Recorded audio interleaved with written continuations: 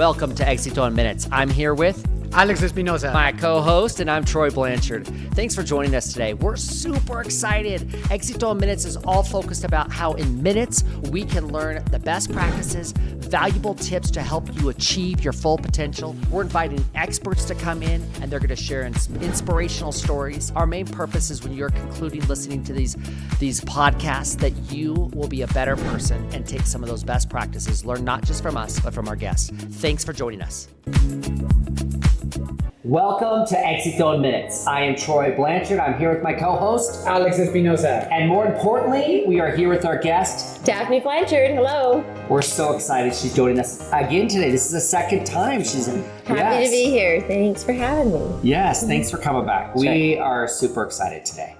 We want to kick it off with your first question, which is the question we always talk about, which is our topic today. So what are we going to talk today? Do you remember that we were talking about having éxito in minutes? So what is your tip for today? How can we become successful in minutes? Okay. Well, something that I think is really important that I'm always thinking about is keeping our promises. I think that a lot of times we keep our promises, maybe with friends, we think of it like in the personal setting, but we don't often translate that into our business setting.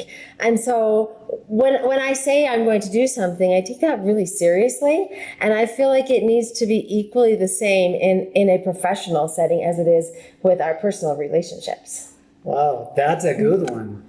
You know, I think, can you give us a practical example of that? Yeah. Like the audience that's listening right now, give an example of what you mean by that. Well, we went to lunch actually with someone who works in the networking industry this week.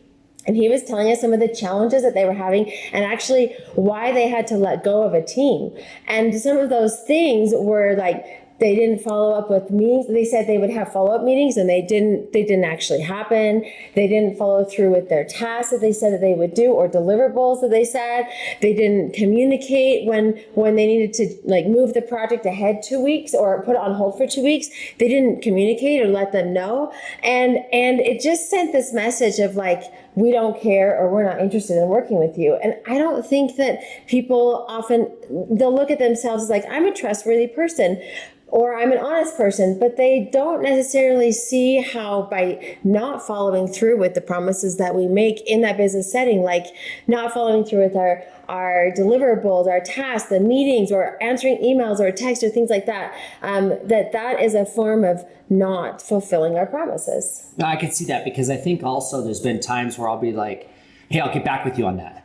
Mm-hmm. And if you don't get back with them on it, then that would be not fulfilling. Or, hey, can you do this for me? I do find quite a bit that does take place here, right? Mm-hmm. Hey, can you do this for me? Or, hey, I need this assignment by Friday, and crickets, you never hear back again, right? Mm-hmm. So that is a form of that. I agree. It's a form of keeping our promises. So the thing is, when you said that you're going to keep a promise, do you have to say it out loud? It's like, okay, I'm going to promise something. Yeah. Or maybe it's just a casual conversation because maybe most of the people will think that in order to keep a promise, you have to say, okay, this is my promise that I need to keep. It's like, no.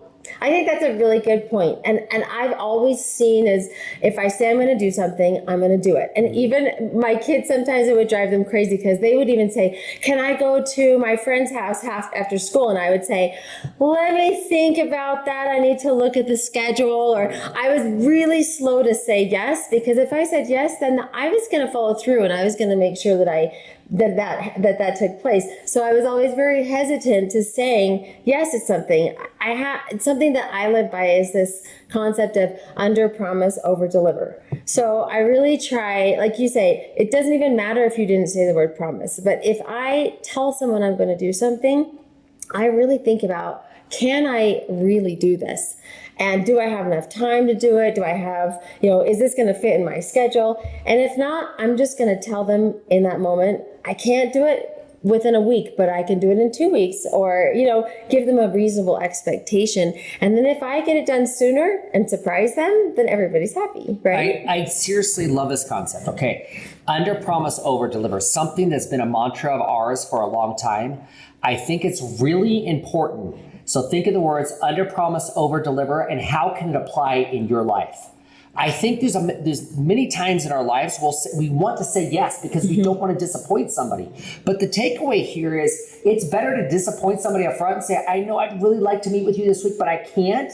But next week I can. Instead of saying, yes, let's meet this week when you know you're not going to meet with them. And that's exactly, I think, what takes place. It's that under promise, over deliver. And it's the same with when somebody says, can you have that report by Thursday? Don't say yes if you can't have it. Say, I can do it by Friday. Does that work for you? And 9 times out of 10, that person's going to say yes. I love that. I have a question. How would you manage, let's say that you commit yourself to do something, but sometimes stuff happens and you cannot be able to make it. So what do you think? Is it okay to make it on time and give a poor job or poor report or something? Yeah. Or instead, maybe you can say, it's like, I'll be late. What is the best option? Because there are going to be times where you cannot go late because more people are waiting for your job to be done so they can keep going with their own. So that's a great question. I think the key is communicating with them. And that's what this business owner we talked to was so frustrated about, was just the lack of communication. He was like, if they want to put it on hold for 2 weeks, just tell us. And in that case, I love when someone comes to me and says, I'm not going to give you the quality of the project that you want if it's going to be by this deadline. So which is your priority? Getting it done and just doing like a half job because we have to hit the deadline? Or can you give me more time so that I can give you the quality that I want to give you? And then they can decide where their priorities are. But the communication is key. And it also just telling them, I'm not going to get this done on time, or I'm going to be late today, or I can't do that meeting after all. It really just comes down to communicating with the person, right? And how often can you move a meeting? Let's say, I'm going to just make a small step passing to the family side. When you have a job and you have a family, and there are a lot of times when you have to be on a talent show or something, and there are going to be times when you can't because you have a job to do, you have to work. And how many times is okay for us to tell our children, I'm not going to make it? Even though you're communicating with them, it's like, I love you, and I cannot be there. So is there a time, is there a number, is the magic number? Or what will be your advice as a mom that probably there were times that you couldn't make it? That's an awesome question. I look at it as like buckets. If that bucket is always full, you're always filling that bucket. You are fulfilling your promises and following through every time you possibly can. Then when you have to say no, that bucket's already full and it doesn't feel depleted. That can be in your personal life, it can be in your work life. So if you're showing up, giving your best, turning things on time, but then you have a series of situations where now things are going wrong, that bucket is already full with fulfilling your promises or following through. And people are really generous and really want to work with you. Kids are really forgiving when their bucket is already full and they already feel loved. And same with a boss or a coworker. If they already feel like you care, this is really what it comes down to is, do they feel like you care and that you matter to them and you're making them a priority? And I love that. Okay, so now let's break this down. She's basically saying over communicate, make sure that they know that you care, and statusing along the way. Yep. So it's even with the child. Let's say you're talking about with children. Hey, I really want to be there next week, but I have an event at work. I'm going to do my very best to try to get out of it. Comes on Tuesday. Guess what? I have my boss is flying in town and they're coming for sure. So I don't think I'm going to make it. 2 days before, I'm not going to make it, but I'm going to make it up too. Let's get up at 6 a.m. tomorrow morning and let's have a daddy-daughter date at 6 a.m. and I'm going to make you pancakes. And that is the way that you're telling her. And that way your daughter knows all along the way you care. Absolutely. It's the same thing with the report. Yeah. I mean, if you think about a report, I know that you care if I'm as a boss and I'm turning in something and saying, I'm issuing you something to do. If you do this by next Friday, if that person is quick text on track, Tuesday, just discovered a new aspect that would make this report better. Can I turn in that new aspect on the following Monday? I text back, no, I need a report by Friday. Great, I'll turn in that second aspect later, but I'm gonna do this. Hey, it's still on track, it's gonna be there tomorrow, right? Yeah. Or same thing in the contrary. All of a sudden you're saying, hey, I had whomever in the family just had an emergency, and that person just had an emergency, so now what? Right? Hey, I'm sorry, boss, I'm not going to be able to turn that in. I can turn it in the following day by 7 a.m. Does that work for you? And I think all along the way, that statusing shows that you care, whether you're working with children or you're inside of your own kids or you're inside of your own business or you're working for a boss. It's that constant communication. That shows you care. And what I don't like is when somebody all of a sudden gives you a report and then they're just like, oh, here's the report, but I didn't turn in half the stuff you asked for because I got really busy this week. And so that didn't show me that they cared. They never told me they had a stuck. They didn't tell me they couldn't get past their stuck and they needed help. So I love where you're going with. Any other tips you can add to that as we're coming into this home stretch of this first of 2 podcasts with Daphne in a row?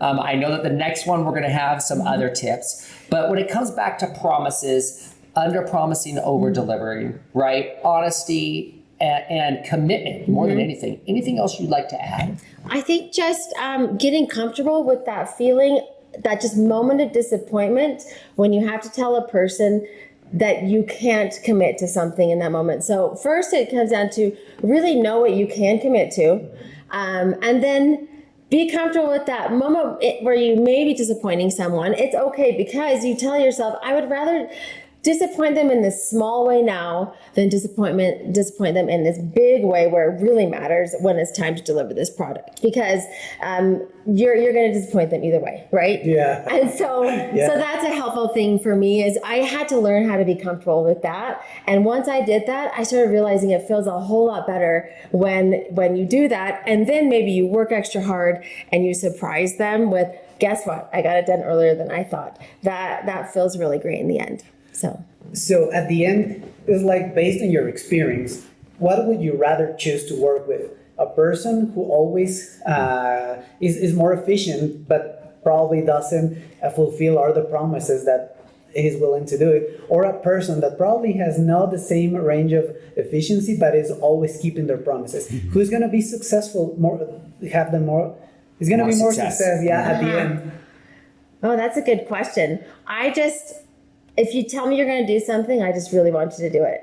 And so I prefer, I know that people want to make you feel good by saying yes, but I actually feel better when someone tells me realistically what they can do, and then when they actually follow through with it. To me, that's the best. Which comes back to actions speak louder than words. You can talk all day long. You can talk and say, I'm going to do this, I'm going to do this, and I'm going to do this, but really, your boss doesn't want to see words. They don't want to hear words. They want to see actions. Yep. I always say, show me, don't tell me. I love that. Show me, don't tell me. Show me, don't tell me. Awesome. All right. Well, thank you for joining us for this first podcast. Absolutely. We're going to do one more. So make sure to come back and listen to the second podcast with Daphne. This is the first. And also, if you're listening to us in English, we also have a Spanish version as well. We're going to do our best. So we're going to do our best in Spanish, and Alex will make up for anything that we're lacking. Thanks for joining us today. I want to do a huge shout out to our sponsors, Neo. Let's bring it really, really, really down concisely. Neo has the best technology. It uses electrolyzed water instead of chemicals. So if you want your home cleaned professionally, or you want your office to be cleaned professionally, go to neo.com. And also, if you speak English and you are located here in Latin America, then please go to zeleno.biz if you're looking for a job. I want to say thanks to both of those sponsors, and thanks for joining us today. We'll see you next time. Thank you. See you guys. Bye.